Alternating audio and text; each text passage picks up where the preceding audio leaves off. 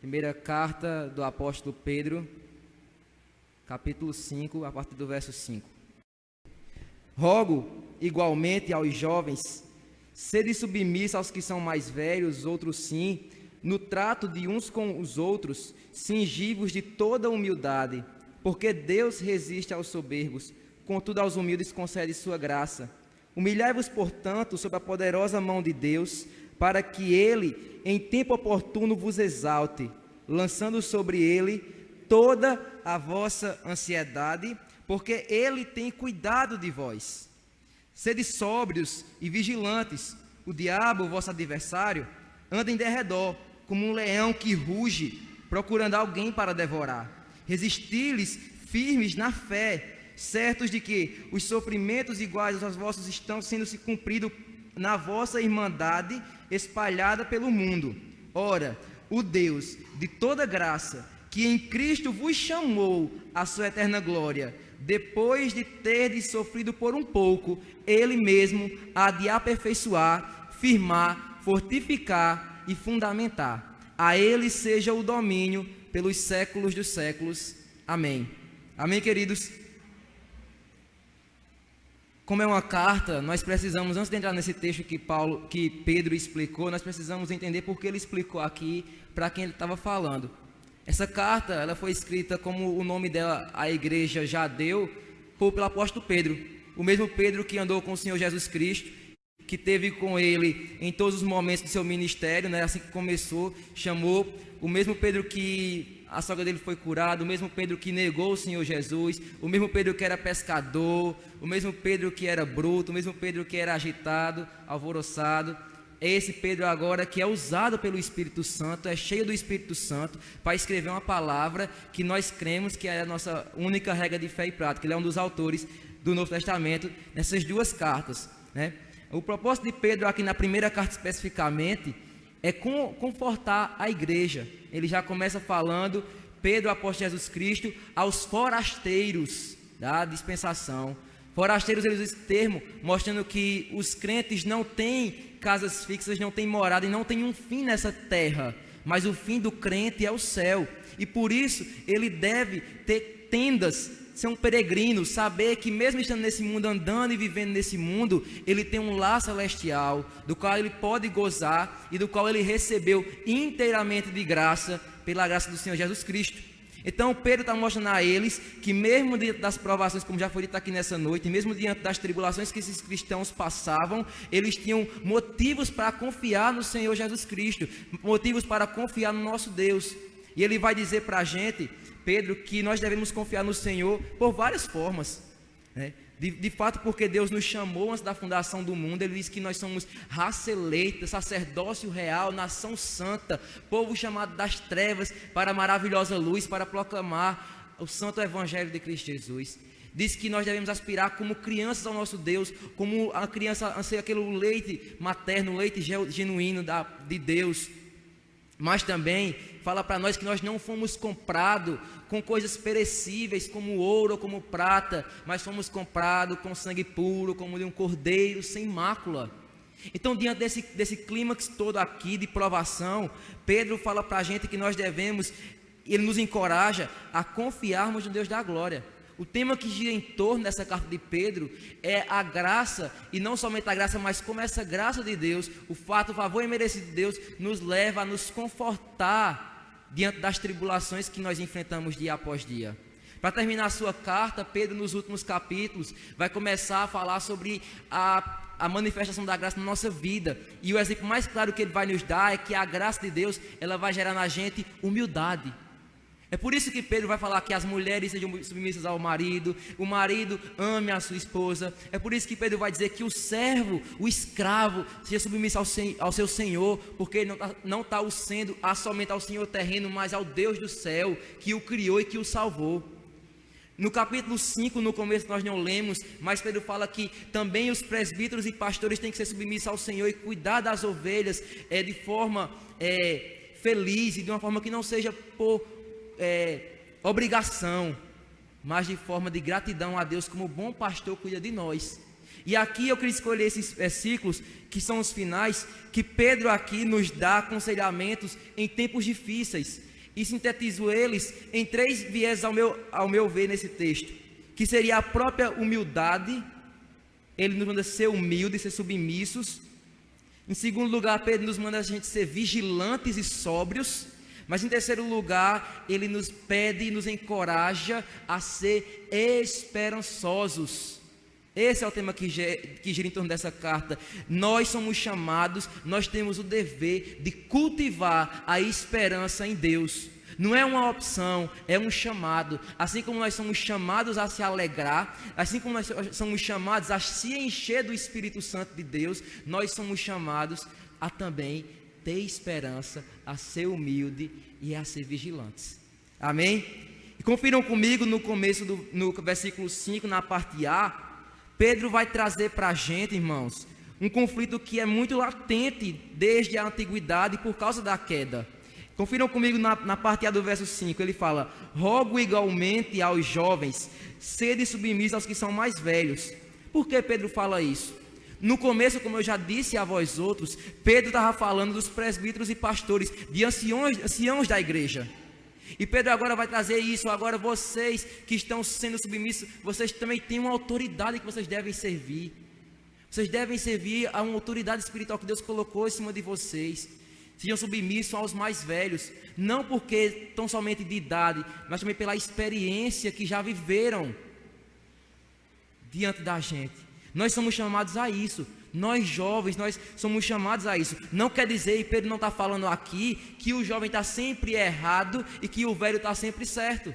Eu ilustro para vocês. Se chegar um idoso aqui que não professa fé nenhuma, que seja um ateu, eu não vou concordar com o que ele fala, porque eu sei que existe um Deus, eu sei que existe um Deus que me ama, eu sei que existe um Deus que nos salvou, que nos redimiu, e que se relaciona e que se fala conosco pelo seu Espírito Santo.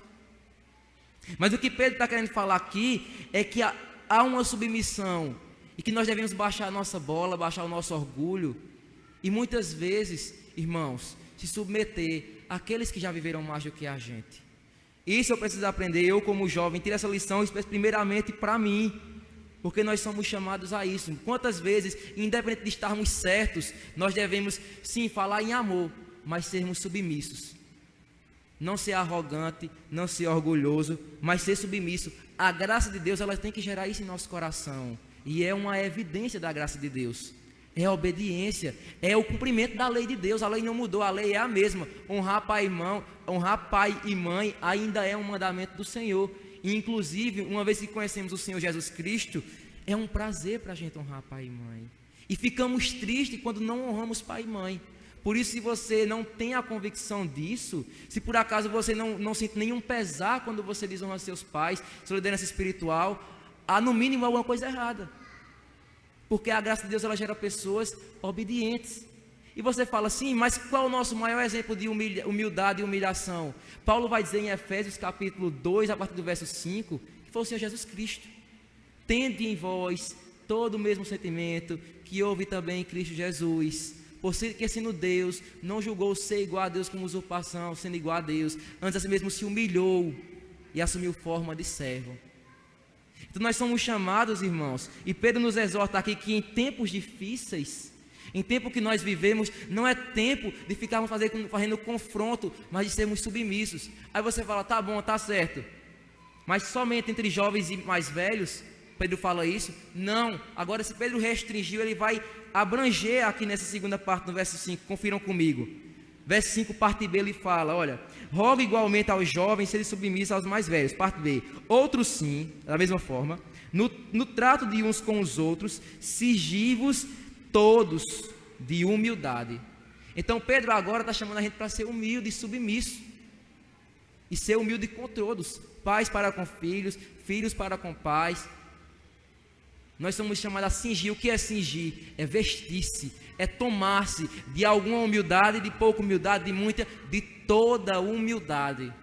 A marca do crente, uma das marcas do crente, é a humildade, é o ato de servir.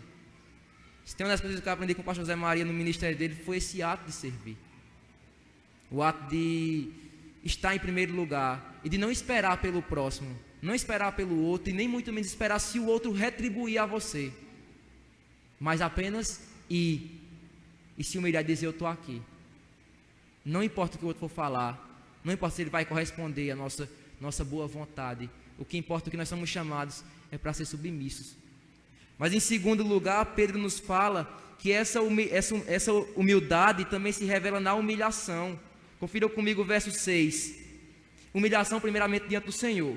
Porque olha o que ele fala, não no verso 5 ainda, confiram comigo. Cingivos de toda humildade, porque Deus resiste aos soberbos, contudo aos humildes concede graça. Então Pedro aqui nos ensina por que devemos ser humildes. Porque quando somos orgulhosos, Deus resiste a nós. Como o Tiago vai falar em sua carta, Deus ele é contra nós, Ele não ouve nossas orações quando estamos de acordo no curso desse mundo, estamos andando de forma soberba, de forma orgulhosa, quando achamos que temos algum mérito, alguma força, algo de nós mesmos. Deus resiste, Deus não responde, Deus não inclina o seu ouvido. Contudo, quando nós entendemos e compreendemos a humildade baseada unicamente nos méritos de Cristo Jesus, nós vemos que Deus agora ele se inclina a nós. Por isso que Pedro vai dizer para a gente que Deus ele concede graça aos humildes. Eu concordo com vós, eu concordo com vocês, que nós nem sempre somos humildes. E nem sempre nos alegramos quando não somos humildes. Mas também tenho que concordar que a humildade não é um mérito nosso e que nenhum ser humano consegue por si mesmo ter humildade, se não for um ato da graça de Deus. Quando humilhamos-nos a Deus, Deus nos presenteia com graça por misericórdia dEle, porque Ele não é obrigado, mas Ele nos concede por graça, e aí conseguimos ser humildes com o próximo. E aí conseguimos nos relacionar. Nunca esqueça, irmão Rafael, uma vez pregando no Boas Novas, disse, para termos, Cristo não somente nos completa uma ligação para com Deus, mas também Ele nos faz uma ligação para com o próximo. É através de Jesus que eu consigo ser um verdadeiro amigo para com o próximo. É através de Cristo Jesus que nós conseguimos ter graça para suportar o próximo, apesar do próximo. Porque a amizade, segundo os rudimentos do mundo, ela envolve um fator chamado de condição. As pessoas, elas muitas vezes, e nós infelizmente herdamos isso, de muitos vínculos cristãos, ou que se dizem cristãos, de que a amizade tem que ter uma condição. Só que na palavra de Deus, amizade é igual a amor, é incondicional. Eu não tenho justificativa para não ser, para não amar cada um de vocês. Assim como também vós outros não tem nenhuma justificativa para não amar qualquer que seja a pessoa.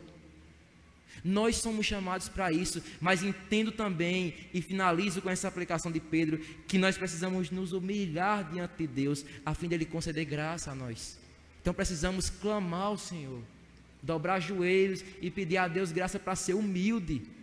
A marca de um avivamento espiritual, meus irmãos, é a humildade também. É quando nós esquecemos nossos gostos, as nossas vontades, nossos favoritismos, e nos importamos somente com o bem da eclésia, da igreja. Isso é um ato de humildade. Mas também, irmãos, Pedro nos vai dizer que não somente nós devemos ser submissos, ou seja, nos rebaixar, servir, mas humilhar. E o conceito mundano escracha a definição de humilhação. Quanta gente não vê pessoas dizendo, eu fui humilhado, eu fui naquele lugar e fui humilhado. Mas Pedro fala para nós nos humilharmos. Mas não nos humilharmos de qualquer forma, nem sobre qualquer pessoa. Pedro nos fala, versículo 6, confiram comigo, humilhai-vos, portanto, sob a poderosa mão de Deus. Primeira coisa é que Pedro não usa, olha, pode ser que vocês se humilhem, mas é um imperativo, humilhai-vos. Não existe crente, eu fico tão triste, eu não sei vocês, irmãos, quando eu vejo crentes dizendo, eu determino que Deus tem que fazer isso, eu decreto que Deus tem que fazer isso, eu declaro, não, a questão do crente de chegar diante de Deus é humildade, é o publicano, é nem olhar para o alto, é bater no peito e dizer, Deus, tenha misericórdia de mim, tenha misericórdia da tua igreja, tenha misericórdia dos meus irmãos, meus familiares que estão perecendo. É humildade dizer, Deus, eu não tenho nada, eu não tenho méritos, como Daniel disse, não a nós, Deus, mas segundo as tuas muitas misericórdias. Isso é humilhação. Não é dizer a Deus, Deus faça isso, faça aquilo. Não, Deus, faça a tua vontade. Ser comprado de mim, tenha piedade de mim, porque eu vou perecer se não for o Senhor. Isso é humilhação debaixo da mão poderosa de Deus. Não é uma mão fraca. Não é uma mão que falha, segundo Pedro. Não é uma mão que muda, mas é uma mão poderosa. Não, Ele não nos chama a nos humilhar diante de um ídolo. Não é se humilhar diante de Nossa Senhora, de Maria, não. Nem do próprio Pedro, que não é pedra coisa nenhuma, é fragmento de pedra. Nem de Paulo também não. Nem de qualquer outro ídolo. É se humilhar debaixo da poderosa mão do Senhor, do Pai do Senhor Jesus Cristo, que nos deu vida quando ressurgiu.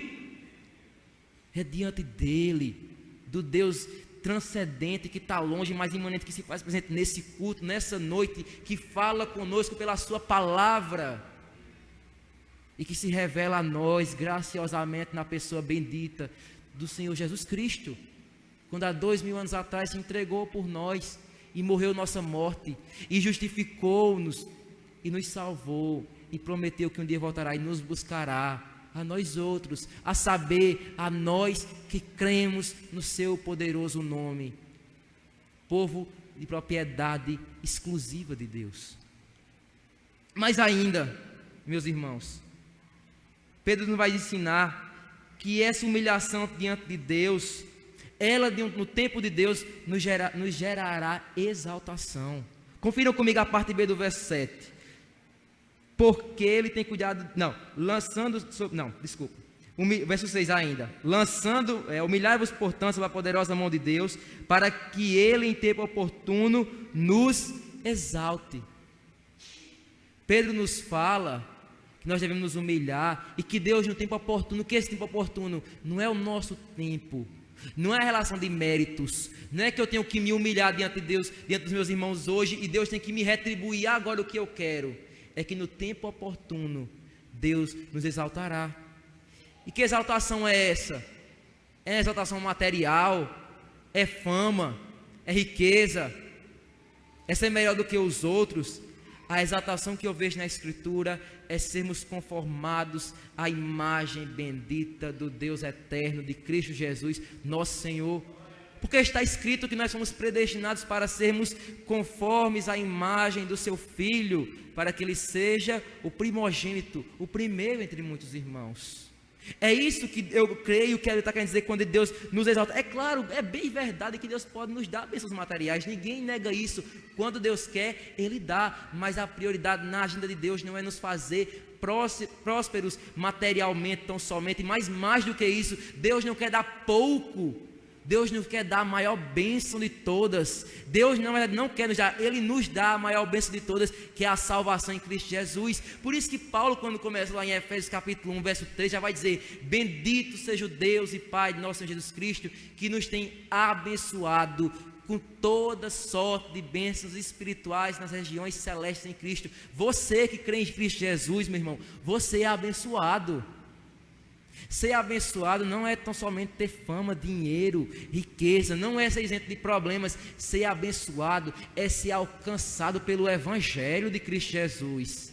É receber o Espírito Santo, que confirma que somos filhos de Deus, que não importa o que o mundo diga, nós continuamos sendo filhos de Deus, e ainda mais que estaremos com Ele reinando para sempre no céu de glória, que Ele não nos olha mais com olhos de tristeza, nem com olhos de ira, nem com olhos de justiça, mas aprove a Ele antes da fundação do mundo olhar para nós outros com olhos de misericórdia e dizer: eu amo vocês, perdoados estão os teus pecados, vai-te em paz.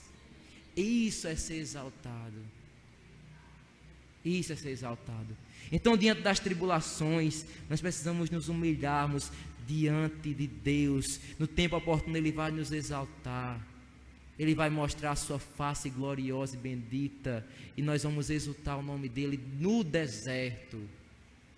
Não, como o pastor Zé Maria sempre diz, não somente com as mãos do Senhor, mas com a face gloriosa dEle, entendendo e compreendendo o que Ele quer em nossas vidas, entendendo e compreendendo que a vontade dEle, mesmo desconhecida para nós, a vontade dEle é boa, perfeita e agradável. Ele nos exaltará no tempo oportuno. Descanse, que essa provação, eu sempre digo isso e vou dizer de novo, essa provação não é para desviar a gente. Não pense isso. As provações não são para nos tornar incrédulos. Deus não nos prova para isso. Deus nos prova para nos transformar cada dia mais próximos do Senhor Jesus Cristo, mais perto dele. É só você olhar para o que você já passou e você ver quantas vitórias o Senhor te deu, não para que você fosse melhor do que os outros, mas para que você fosse melhor do que você mesmo e mais perto do varão que é Jesus Cristo. Amém, irmãos? Mas em terceiro lugar, meus irmãos, ele vai nos mostrar, Pedro, que a humildade em tempos difíceis, ela parte não somente da submissão, não somente da humilhação, mas verso 7, agora sim, confiram comigo, do descanso e do consolo no nosso Deus, nosso Pai, lançando sobre ele toda a vossa ansiedade, porque ele tem cuidado de vós. E aqui sobre ansiedade a gente lembra de tantos textos maravilhosos, mas chegaremos lá. Mas primeiro nós precisamos ver esse verbo que Pedro usa aqui no verso 7, lançando. Primeira coisa desse verbo, é um verbo no presente contínuo. Não é lançar aqui no culto no domingo, à noite somente, momento de oração. É lançar toda hora, em todo momento. Nós somos chamados a lançar diante do Senhor nossa ansiedade. O verbo lançar não é colocar. Lançar tem um ato de jogar, de lançar fora, de permitir que saia, de apresentar, nas palavras de Paulo, melhor dizendo, em Filipenses capítulo 4, versículo 6. E não fiqueis ansiosos de coisa alguma.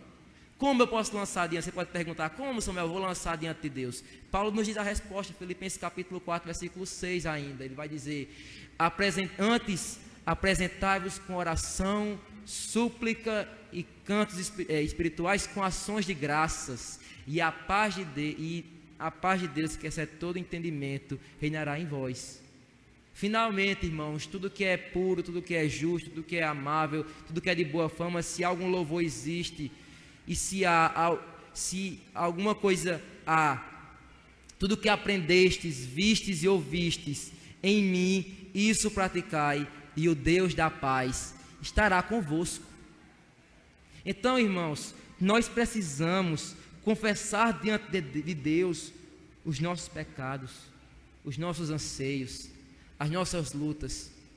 Não esconda seus pecados diante do Senhor. Você não pode esconder, na verdade, mas não esconda diante de Deus seus sofrimentos. Ele sabe, mas Ele quer ouvir. E assim você receberá a paz e a certeza que Ele tem cuidado de você. Há uma tradição da igreja ortodoxa, medievais e reformadas, que na liturgia do culto, eles sempre faziam um momento de confissão de pecados. E eu acho uma coisa muito interessante, porque nós temos a ideia de confissão de pecados a um líder espiritual da tradição católica.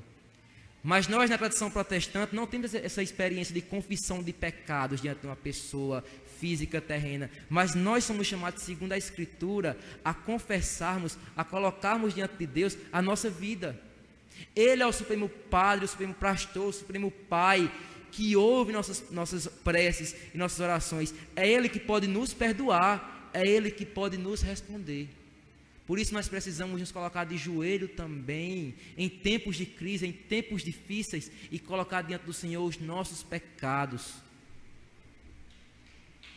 nosso sofrimento, aquilo mais difícil de que nós nem conseguimos nem falar, nem para nós mesmos, nós não queremos ouvir. Precisamos colocar diante do altar de Cristo Jesus. Isso parte da humilhação e parte também de lançar sobre Ele nossa ansiedade, porque estar ansioso é quando não confiamos e descansamos em Deus. A ansiedade parte disso, é quando nós não conseguimos viver o presente, e não conseguimos ver o futuro, e não conseguimos ver provisão, nem perspectivas de futuro, porque achamos que nós ainda achamos que temos a visão de que temos controle de alguma coisa, e que podemos, como diria Jesus, acrescentar um côvado ao custo da nossa vida. Nós não podemos. É por isso que o Senhor é tão enfático em dizer para a gente, não fiqueis preocupados com o que há vez de comer, o que há vez de vestir. Observem os passarinhos do céu. Eles nem semeiam, eles nem colhem, mas todavia o Pai deles sustenta eles. Não fiqueis preocupados com o que há vez de vestir. Olhe para os lírios do campo. Eles nem tecem, eles não fiam. E eu, contudo, de Jesus, vos afirmo que nem Salomão, o rei de Israel, supremo da corte de Judá, naquele tempo Israel ainda, o completo, supremo, o rei, ele não se vestiu como esses lírios do campo se vestem. Ora, se os lírios do campo, que hoje são cultivados e amanhã são jogados fora, são queimados, levados para o fogo, são tão gloriosos, quanto mais a vós outros, homens de pequena fé. Cada dia baixa o seu próprio mal. Não fique ansioso. Deus, ele cuida da gente. Deus, ele tem cuidado. E Pedro, interessante, irmãos, que ele não fala que Deus cuidava da gente, e nem fala que Deus cuidará de nós. Mas é importante que você perceba que ele fala que Deus, ele cuida de você e de mim. Você não precisa ver um milagre, que eu creio que é bíblico, e que é bíblico porque a Bíblia diz que Deus faz milagre quando Ele quer, a hora que Ele quer, para entender que Deus é soberano, para entender que Deus é poderoso. No natural você pode ver o sobrenatural de Deus.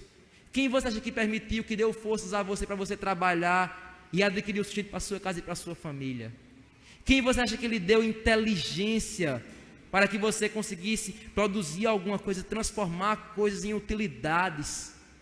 Quem lhe deu saúde para que você veja para esse culto adorar o que é digno de toda honra e toda glória, senão o Senhor da glória, senão a sua providência maravilhosa? O nosso Deus, vocês sabem muito bem, não é um Deus que cria, mas também é um Deus que provém, um Deus que interage conosco, um Deus que providencia, um Deus que está conosco, e a promessa dele é que Ele estaria conosco todos os dias, até a consumação dos séculos. Não fique ansioso.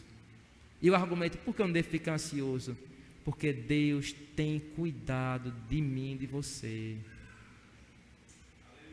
Deus tem cuidado. Ele cuida, Ele não cuidará, Ele cuida. Ele cuida.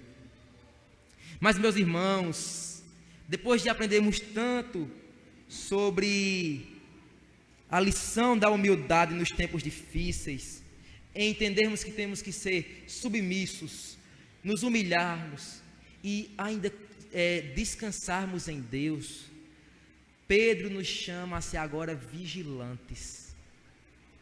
E agora entra aqui a figura do vigia, do soldado. Verso 8, confiram comigo. Sede sóbrios e vigilantes.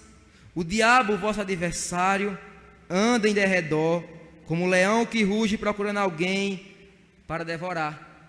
Então Pedro agora nos exorta, nos chama, os crentes peregrinos, os crentes dos tempos difíceis, os crentes do fim dos tempos, a sermos sóbrios. Sejam sóbrios. E eu fico lembrando sobre a palavra de ser sóbrio.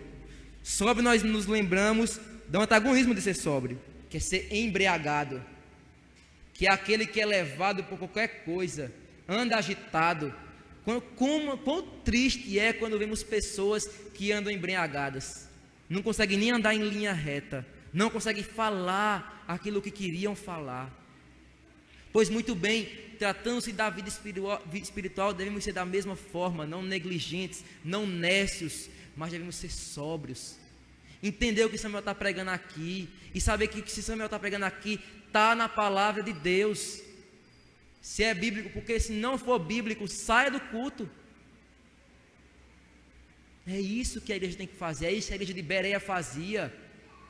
Se não fazia com Samuel, fez com Paulo, o apóstolo que deu a doutrina para a igreja. Ele pregando e a igreja analisando. Isso é ser sóbrio. Espera aí, vamos ver se está vindo de Deus mesmo. Deixa eu olhar aqui na escritura, porque se vier de Deus, eu sou o primeiro a levantar a minha mão e dizer, eu creio. Mas também se não vier de Deus, não há nada. Pode, como diria Lutero, pode chover milagres. Não me chame para crer, porque se não estiver na palavra de Deus, não crerei. Não crerei. Porque nossa única regra de fé e prática é a palavra de Deus. Sempre foi, nunca foi a tradição, nunca foi as revelações extras. Nunca foi o que o presidente, o Papa disse, mas é o que Deus diz a nós. É o que Deus nos diz. É por isso que Isaías vai dizer que quem tem a promessa de não voltar vazia é a palavra de Deus. Deus zela por sua palavra. E ser sóbrio tem tudo a ver com isso. Ser sóbrio tem a ver em sermos pessoas que sejam sábias, que usem de sua racionalidade para se curvar diante de Deus. Ser racional não é coisa de cientista, de ateu, mas nós somos chamados para ser racionais, espirituais e racionais, porque a fé não anula a razão. Como diria Santo Agostinho, a razão ela caminha e ela é iluminada pela fé. A fé é supra-racional. E a fé, a nossa fé em Cristo vai iluminando a razão. E aí sim entenderemos o mundo, entenderemos a política, entenderemos a economia. E isso, ao meu ver, é ser sóbrio espiritualmente. É entender a vontade de Deus e saber o que Deus quer de nós. E aí sim eu preciso clamar à igreja e conclamar até a mim mesmo para vir para o culto de doutrina, para vir para a escola bíblica dominical. Eu preciso chamar a igreja para isso, porque o que vai sustentar você nos dias maus é o Senhor através da sua palavra. Então você precisa vir ao culto de doutrina aqui da igreja, é a escola dominical. E ainda mais, você precisa ler a palavra de Deus na sua casa constantemente. Mas Pedro diz que não podemos somente ser sóbrios, mas vigilantes. E aí entra a parte espiritual. Ser vigilante como um vigia é aquele que não descansa, é aquele que não é pego de surpresa, é aquele que está em constante comunhão com Deus e em oração com o Senhor. Ser vigilante é aquele que entende que Deus está em movimento e tudo que Deus faz tem um propósito, e que também existe as lados do inimigo. É por isso que Pedro vai dizer: olhe, você tem que ser sóbrio e vigilante, porque o diabo, confira comigo o verso 8 ainda, o diabo, vosso adversário, anda em derredor. Também não falava que ele andava ou que ele andará, mas que é no presente, ele anda. Não negligencie as hostes do maligno, não negligencie o diabo. É bem verdade que Paulo vai dizer que Cristo derrotou o diabo na cruz, quando triunfou sobre principados e potestades. Mas aqui nós vemos também que o diabo, embora ele não possa nos arrancar das mãos poderosas do Senhor, ele ainda pode nos influenciar e fazer com que nós, por um momento, nos desviemos do caminho de Deus e não obedeçamos à vontade de Deus. Por isso que ele diz que ele não anda como o animal, mas como um leão que ruge, procurando alguém para devorar. Então precisamos ter zelo e cuidado, ser sóbrio, estudar a palavra. Quantos falsos mestres usados por Satanás ludibriam, enganam pessoas com falsas doutrinas? Quantos falsos mestres não fazem isso, sendo usados por Satanás? Não somente quando estão aqui na frente bocejando, como muitas igrejas colocam, mas com o exemplo de Judas, pertinho do Senhor Jesus, que dizia: olha, dá o dinheiro para os pobres. Para que gastar esse perfume todo com o Senhor? Dá esse dinheiro para os pobres. E queria, na verdade, roubar do Senhor. Então precisamos ter cuidado. E só temos uma alternativa para conseguirmos, na verdade duas, para conseguirmos vencer as hostes do inferno. Não são outras coisas senão, primeiro, oração e palavra, oração e palavra, oração e palavra. Quanto mais você conhecer da palavra de Deus, mais você vai reconhecer quando um falso profeta vier falar besteira, e você vai dizer: isso eu não creio, porque não está na palavra de Deus. E oração para te manter vigilante, te manter forte, aquecido pelo fogo do Espírito Santo. Pedro nos fala no verso 9 o que nós devemos fazer diante de Satanás. Ele diz que nós precisamos, irmãos e irmãs, estou caminhando para o fim já, nós devemos resistir firmes na fé, certo de que os sofrimentos iguais aos vossos estão se cumprindo na vossa irmandade espalhada pelo mundo. Então Pedro aqui nos dá duas causas, dois motivos que você não deve dar brecha ao inferno, a Satanás. Ele diz primeiramente que você deve resistir, não deve fugir. Resistir. Tiago vai dizer que nós devemos resistir ao inimigo e ele fugirá de nós. Não precisamos resistir em oração e em palavra. O inferno não quer que a gente leia a Bíblia. O inferno não quer que você estude as Escrituras. O inferno não quer que você venha para a igreja ter comunhão com seus irmãos. Não quer. O inferno não quer que você ore. Mas Deus quer que você venha para a igreja, ter comunhão com os irmãos. Deus quer que você leia a palavra e que você tenha contato com Ele em oração. Você precisa, e eu preciso me revestir, firmes na fé. Não é fé na fé, como diz o pastor José Maria sempre. Não é fé no que eu falo, não é fé no que eu acho, não é fé nos meus conceitos. É fé em Cristo Jesus. É fé naquele que tem o poder de destruir o inferno pela palavra do seu poder. E que só está de pé, como diria Lutero, porque Deus o permite. Lutero tinha uma imagem muito linda sobre como é essa questão de Deus e do poder de Satanás. Ele dizia assim: Satanás assemelha-se a um cachorro raivoso, mas preso na coleira. E louvado seja Deus, porque Deus é o homem que controla Satanás e que ele só pode ir até onde Deus deixar, e onde Deus não deixar, ele não vai. Não é uma guerra entre Deus e diabo, não. Deus já derrotou o inferno. Nós esperamos pela consumação, mas a vitória é certa, porque nós sabemos, você sabe e eu sei, que quando se trata do Senhor, promessa e cumprimento são a mesma coisa. Ele está derrotado, e ele só manda, e ele só faz aquilo que Deus permite ele fazer. Eu ilustro para vocês também essa situação. A história de Jó. Jó, homem justo, ele, Satanás, foi até o Senhor, pediu para tocar nele. Deus disse: toquem tudo nele, mas não toque na vida. O diabo foi lá bem bonitinho, tocou em tudo, mas não tocou na vida, porque o Satanás obedece a Deus. Deus é soberano e não há ninguém pare contra o Deus que eu e você viemos servir aqui. Ele é onipotente. Se cale toda a terra diante do grande eu sou. Ele é soberano. Ele faz o que Ele quer, quando Ele quer, e não é eu nem você que tem que tem que moldar o Senhor. Ele é soberano, e o que Ele fala na palavra é a verdade. Não queira eu e você confrontar o Senhor. Ele é soberano. Ele é soberano. Ele é soberano. Agora que Ele não se contradiz. O que Deus faz, Ele fala na palavra.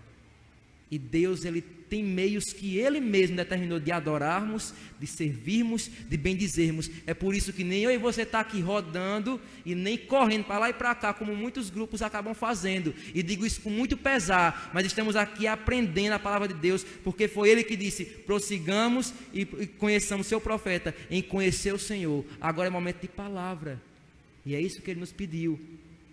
Cresçam na graça e no conhecimento da palavra de Deus. Mas finalmente, irmãos, em tempos difíceis, nosso Deus nos manda ser submissos, vigilantes e esperançosos. Confiram o verso 10 comigo. Ora, o Deus de toda graça, que em Cristo vos chamou à sua eterna glória, depois de terdes sofrido por um pouco, Ele mesmo vos há de aperfeiçoar, firmar, fortificar e fundamentar. A primeira coisa que Pedro fala: seja esperançoso, porque nosso Deus é um Deus de graça. Não é um Deus de ira tão somente, que Ele se ira. Não é um Deus de justiça somente, que Ele é justo. Mas é um Deus de graça. É um Deus que nos dá aquilo que nós não merecemos, porque Ele quis. É um Deus que abre as mãos e diz que o trono da graça está aberto, e que nós podemos confiadamente se chegar a esse trono. É um Deus que nos recebe no seu Filho Jesus Cristo e nos dá a salvação eterna. Esse é o nosso Deus. É o Deus que olha para mim e para você e diz: eu sou o Deus de vocês. Eu me compadeço de vocês. Eu tenho pensamentos de paz sobre vocês. Mas nós somos tão pecadores, Senhor, eu sei. Mas eu perdoei vocês, porque eu quis perdoar vocês. Mas, Senhor, não fizemos nada para que o Senhor perdoasse a gente. Mas ainda assim Ele quis perdoar a gente. E vai entender os propósitos eternos de Deus. Ele quis para manifestar, diz Paulo, o seu amor e a sua graça. Concluindo, irmãos, ele vai dizer que Cristo nos chamou à sua glória eterna. E aqui nós vemos que na cruz do Calvário é a consumação desse chamado. Quando o Espírito Santo vem ao nosso coração e nos convence irresistivelmente do pecado, da justiça e do juízo, nos chama para estar com Ele. E para terminar, ele diz que depois de ter sofrido por um pouco, como diria Paulo em Romanos 8:18, estou bem certo, irmãos, que os sofrimentos do tempo presente não podem ser comparados à glória que há de ser revelada. Porque estou bem certo que o eterno, que nosso leve momento de tribulação não pode ser passível de comparação ao nosso eterno peso de glória. Diz Paulo, em parafraseando, em 1 Coríntios capítulo 4. E para terminar, Pedro vai dizer para a gente, esse Deus, Ele com essas provações, Ele vai, nesses tempos difíceis, Ele vai nos aperfeiçoar, Ele nos vai firmar, Ele nos vai fortificar, Ele nos vai fundamentar. Esse é o propósito de Deus na nossa tribulação, nos tornar melhor que nós mesmos, nos firmar mais na rocha que é Cristo Jesus, aumentar a nossa fé, ou melhor, confirmar a nossa fé. Ele quer nos fortificar, para que possamos agora abençoar outras pessoas e entender a sua vontade a cada tribulação, ou pelo menos não entender, mas confiar nela e fundamentar, nos dar uma base sólida, em que nós não vamos cair por besteira, que pode vir a tribulação, mas como diria o Senhor Jesus em Mateus capítulo 7, estamos firmados na rocha angular, rocha perfeita, rocha eleita, rocha imutável, rocha tremenda, que é Cristo Jesus, pedra angular, onde está sustentada a igreja, e nós como fragmentos de pedra, estamos postos nela, de onde nunca mais havemos de ser retirados. E como aplicação, versículo 11, eu encerro com essa frase: a Ele, a Deus, seja o domínio pelos séculos dos séculos, amém. Pedro encerra essa carta, esse apagão, essa escritura, dizendo que Deus tem um domínio sobre tudo, que a Deus seja toda glória, toda honra. Quando entendemos, irmãos, que nos tempos difíceis somos chamados a ser humildes, somos chamados a sermos vigilantes, e que somos chamados, amados irmãos, a ser esperançosos, não nos resta outra coisa a não ser dizer o que Paulo diz em Romanos 8, a profundidade da riqueza e da sabedoria e do conhecimento de Deus. Quem foi seu conselheiro? Quem foi aquele que deu a Deus para que ele venha ser restituído? Quem foi aquele que ensinou a Deus? Porque dele, por meio dele, para ele, são todas as coisas. Que Deus nos abençoe, que Deus nos dê força para continuarmos e perseverarmos. Pastor José Maria vai orar por nós. Para, meus irmãos, sermos humildes, vigilantes e esperançosos. Que Deus te abençoe e te dê força. Que Deus nos ajude como o irmão Johnny já disse, a perseverar nessa festa, não somente nela, mas todo momento, em todo lugar, a fim de experimentarmos um verdadeiro avivamento espiritual. Humildes, vigilantes e esperançosos. Humildes, vigilantes e esperançosos. Deus nos abençoe, em nome do Senhor Jesus.